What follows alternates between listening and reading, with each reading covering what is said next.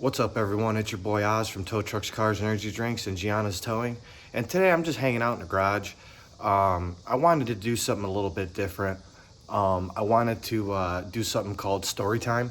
And the one thing that I know that I can differentiate myself from everybody else is my stories.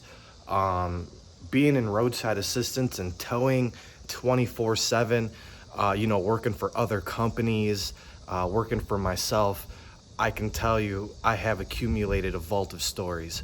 And one particular one had popped into my head. And before I do that and get into that, I just wanted to say thank you to all my subscribers that have been with me, since the beginning, and some of the new guys.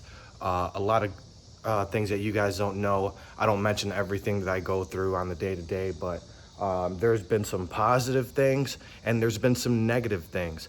It seems like when you start becoming a creator and you start getting into certain spaces, people get jealous of you and they start to attack you. And I did actually experience that. And I don't think that's cool. I don't like when other tow guys or wannabe tow guys, jump up in my mentions and stuff like that and just start talking crazy. They start being very negative and stuff like that. And I'm just gonna touch on this as one time only. Am I perfect at everything I do? Absolutely not. I'm still young. I'm not 75 years old, owning my own towing company, and claiming that I know everything and I've done it all, because I'm not. You know what I'm saying? I first started doing repossession and towing for a company out in St. Louis, and I was literally rolling around the streets of Ferguson, St. Louis, just all up and down the different districts of downtown St. Louis, which is very bad neighborhood. I never carried a firearm. I never got into it with people. I always knew when to keep it frosty and keep it moving.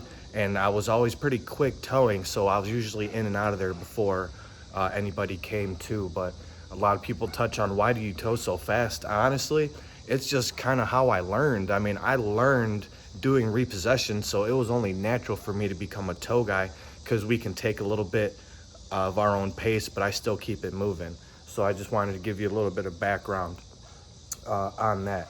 So, as far as the guys that are here helping each other up, I just don't get that if you see something that you don't like, or you do it a different way, or whatever the case is, people just say the nastiest things. Well, instead of being a disgusting person, why don't you be positive and help us, and get into the comments and try to be more of a mentor and a teacher, instead of someone that's just like a know-it-all show-off, just kind of pounding their chest and bumping their gums. I'm not down with that. So I'm just telling you right now, if you post any negativity or anything like that, I'm just gonna delete it. So this is the first story time I'm gonna do. I want to do this once a week with some of my best stories that I have in the towing business that I started, and in the roadside, because let me tell you, I got quite a few. And just the other day, I was actually just sitting, inside watching TV, and I had this one just pop in my head. Every once in a while, I got these situations that I've been through that pop in my head, and they make me laugh. And this particular one just popped in my head, and I'm like, man, I gotta share this story with everybody.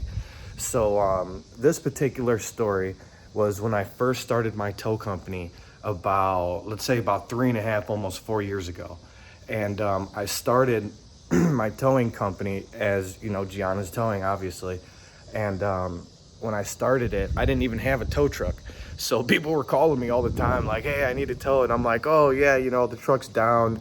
We're not doing any towing right now at this moment because my truck's down. And I was literally just turning down calls all the time, except for the roadside ones. And I was taking all the roadside assistance lockouts, tire changes, which you can still do quite a bit just doing roadside assistance. So anyway, I got this call through a big motor club, and they're one of the big top 4 motor clubs. And they called me, they're like, hey, we got a lockout at the gas station, whatever. It was like 3 miles away. And at the time, I actually drove a VW GLI. Now, mind you, I've been doing roadside for over 10 years, and I've been doing towing for a little bit over 3. So, as far as towing for myself. So anyway, I start heading down to the gas station, and then I see that there's this big old tow truck. So I'm in my bright red GLI, all decked out and everything. I'm in my vest, you know, all outfitted out, and I hop up and I'm like, you know, I notice there's a tow truck just sitting there, and there's a guy just sitting there at the car that's the given car, because I got the sheet with all the information. So I was just like, whatever. I pull up, I walk right up to the guy, because I pulled up literally like right next to him. And I'm like, hey, bud, what's going on? I'm like, if you being helped, I see there's a tow truck right there. And he's like, well, he's like, that guy's actually been sitting in this tow truck on his phone for like the past 15 minutes. And I'm just trying to get out of here, man. I got to go to work. And I was like, oh, man, no problem. So I ran back to my car as fast as I could. I grabbed my lockout bag and my lockout tools. I ran back to the Ford Taurus, or it was a Ford 500, which is a glorified Taurus, is what we call them in the industry. And I stuck my wedge bag right into the seam of where the door is. And I was like, okay, well, it's my lockout now, you know, because I'm here helping you. And he's like, that's fine. I don't care who does it. So as soon as I did that, I started pumping up the frame with my wedge. And I just had got my long reach bar in there. And I was about to open that baby up, which on those cars is actually a really hard lockout. And I think that's what he was doing. I think he was looking up how to do it because he couldn't figure it out, because the handles are all weird. The door pillars are like plastic and they break easily. So it's actually a really tricky lockout on that car. So he comes running out of his tow truck. He's like, what are you doing here? He's like, who sent you and blah, blah. I'm like, listen, brother, I'm not getting into all that. I'm just trying to do my job and I'm keeping it moving. You know, can you please just step aside so I can finish doing my job, and so I can get this young man going. And he's like, F that. He takes his long reach bar and he takes his tools. He slams it up against the ground and he's screaming. He's like, ah. So I'm just like, to the guy that's sitting there, the customer, I'm like, man, I apologize for this guy. He's crazy. He shouldn't be acting like this. I'm like, you need to call the motor club and let them know what's going on, and then I'll call them too. So the guy's like, yeah, who are you, blah, blah, this and that. I'm like, you know, at this time, we're not even paying attention to him anymore. And he just goes back to his truck and he sits there and just hops on the phone, probably to get a GOA, which is if you pull up and for some reason you don't get the job, you still get like a little bit of money. And for a lockout, it's usually like 20, 30 bucks. So, you know, that just goes to show you, man, that you just got to be careful what you do, what you say. And the reason I say that is because he actually, I heard through the grapevine that he lost that contract to that motor club, which was they're a huge towing company, and it's a ginormous motor club. So he ended up losing that contract, and then they had to do a whole bunch of changes just so they can get that contract back, I heard, because it's kind of a small, you know, towing community, I'm sure you guys know. And that was that. So lesson learned is just stay frosty. You know, it felt good because I got to take a lockout, which we barely ever get roadside, you know, because I swear it's the bigger guys that always get the roadside calls, because they sit there and they're bullies, you know what I'm saying? So, you know, me, the small underdog, you know, I try to get my fair share. Most of my roadside assistance comes from nighttime or real hard calls that other guys can't do. So I just wanted to share that with you. I thought it was really funny. It made my day when it happened. And I mean, this guy was a chubby guy with a crew cut, you know, and he was just going off, and he was actually the owner of the tow company at the time. So I got some more stories. That's just one that just kind of resonated with me over the years, and that's the number one tow story. And let me come up with another one for number two. And these are all factual. I can't make this stuff up. It's so perfect. So as always, please like and subscribe.